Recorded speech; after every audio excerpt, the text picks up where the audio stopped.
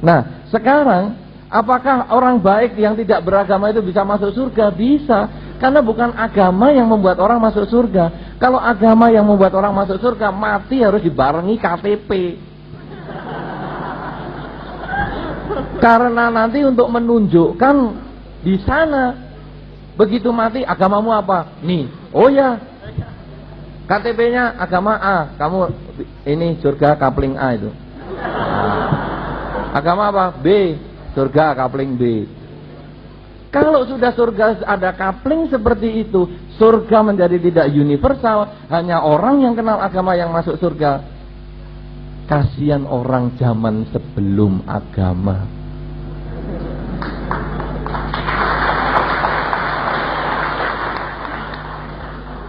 Orang-orang purba yang ditemukan di Sangiran maupun dari Mojokerto, Homo sapiens mojokertensis, atau yang di Peking, Sinanthropus pekinensis, kasihan mereka tidak masuk surga. Apakah kalau sudah Homo sapiens itu yang setengah monyet segala macam itu kalau nggak masuk surga itu kan kasihan. Oh, mereka juga punya kebajikan. Nah, oleh karena itu ukuran surga bukan agama. Di dalam Dharma ukuran surga adalah perilaku. Karena itu ada agama, misalnya agama A kok dia jahat. Apakah dia ragu dengan agamanya? Bukan. Kadang kita itu tidak bisa mengalahkan ego kita sendiri. Contoh gampang, tidak usah ngomong jahat-jahatan lah. Marah. Anda tahu toh marah itu jelek, tapi kan masih sering toh marah. Iya kan? Ini karena marah ini kan jelek. Apa Anda tidak yakin kalau marah itu jelek? Karena dengan marah Anda itu sudah menjelekkan muka dulu. Tidak ada marah sampai senyum-senyum ya. Tidak ada. Marah mesti menjelekkan muka. Jadi marah itu mesti jelek. Tetapi Anda tetap rajin menjelekkan muka, memelototkan mata, memoncongkan mulut, sampai nanti kalau lahir lagi karena Anda sering marah, maka Anda lahir dengan standar muka marah. Jadi begitu lihat Anda, loh kok menakutkan mukanya seperti marah. Pernah Anda ketemu orang yang seperti itu toh? Lihat tuh sudah menegangkan sekali, lihat dia. Padahal dia nggak marah. Kenapa? Kenapa dia marah-marah? Karena dia tidak bisa mengatasi dirinya sendiri. Inilah makanya kita diajarkan bagaimana pengendalian pikiran ini. Pengendalian pikiran tadi adalah tujuan yang ketiga tadi. Bagaimana badan dan batin ini menjadi satu. Marah-marah itu sebetulnya ketika badan di sini, batinnya ketinggalan. Apa kata-kata waktu marah? Aku kan sudah ngomong toh dulu. Kamu kan nggak boleh begitu. Kenapa kamu lakukan loh? Ini kan kembali yang dulu. Aku kan sudah ngomong toh, kamu jangan mainan api karena nanti kebakaran nanti. Belum ini. Itu yang bikin marah. Jadi badan dan batin Anda ketinggalan. Sama dengan korupsi, sama dengan yang lain-lain. Anda tidak bisa mengatasi diri sendiri. Karena kita belum bisa badan dan batin menjadi satu. Bukan salahnya agama, tapi salahnya perilaku manusianya sendiri. Jelas itu Pak.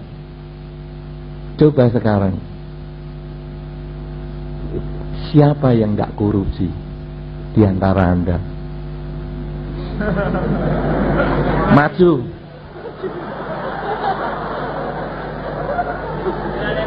Ayo maju yang tidak pernah korupsi. Jangan ngomong cuman korupsi uang loh ya. Korupsi waktu. Siapa yang tidak pernah? Apa karena Anda tidak yakin sama agamanya? Bukan. Karena Anda sendiri nggak bisa ngatasi dirinya sendiri. Karena itu ada sistematika untuk ngatasi sendiri. Apa itu? Komitmen. Agama Buddha mengajarkan ada komitmen. Apakah yang disebut komitmen? Peraturan dasar yang disebut 5 kemoralan. Tidak membunuh, mencuri, melanggar kesusilaan, bohong dan mabuk-mabukan. Ini adalah latihan komitmen. Apalagi kalau nanti dikembangkan, misalnya tidak makan setelah jam 12 siang dan sebagainya, berpuasa, itu komitmen.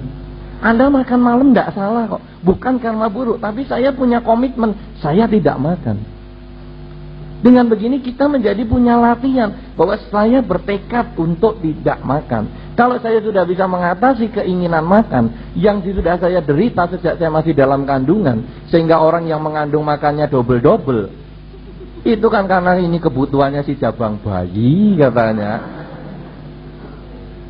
Itu kan kebutuhan dasar. Sampai bayi begitu lahir, nangis, dia hanya butuh makan. Anda gede, Anda cari duit juga hanya karena butuh makan. Begitu tidak makan, pingsan, kan hanya begitu aja. Nah, sekarang ketika saya bisa mengalahkan tekanan pada kelaparan ini, saya mengalahkan sesuatu yang sudah saya miliki sejak saya masih dalam kandungan. Kalau begitu hinaan, celaan, apa tuh artinya? Karena waktu saya bayi, di dalam kandungan, saya dihina, saya dicela. Saya nggak tahu apa-apa. Saya tahunya lapar. Lah kalau sekarang keinginan yang sejak bayi saja sudah bisa saya tundukkan dengan komitmen saya, kenapa saya tidak terus mulai untuk melangkah yang lebih besar? Dengan cara begitu, sedikit demi sedikit, korupsi yang ada di dalam diri kita bisa ubah. Nggak usah mengubah dunia, karena satu jari menunjuk, tiga jari kan menunjuk diri sendiri. Jadi Anda itu sebetulnya ngomong korupsi, Anda juga lebih jauh korupsi kok. Karena itu sekarang kita perbaiki diri kita. Karena dengan kita bisa memperbaiki diri kita, dunia ini berkurang satu penjahatnya. Iya kan? Nah kalau semua orang sudah berpikir begitu, kan akhirnya jadi baik dunia ini. Jadi mulainya dari kita, bukan dari yang lain-lain. Dan tidak perlu ngajak yang lain-lain, karena yang lain kadang diajak aja belum bisa, terus kita ya udahlah karena kamu belum, aku ya nggak usah lah. Ya kapan loh bisanya? Ya. Nah oleh karena itu, semua punya kesempatan masuk surga dengan kelakuan yang baik, tanpa harus beragama apapun juga.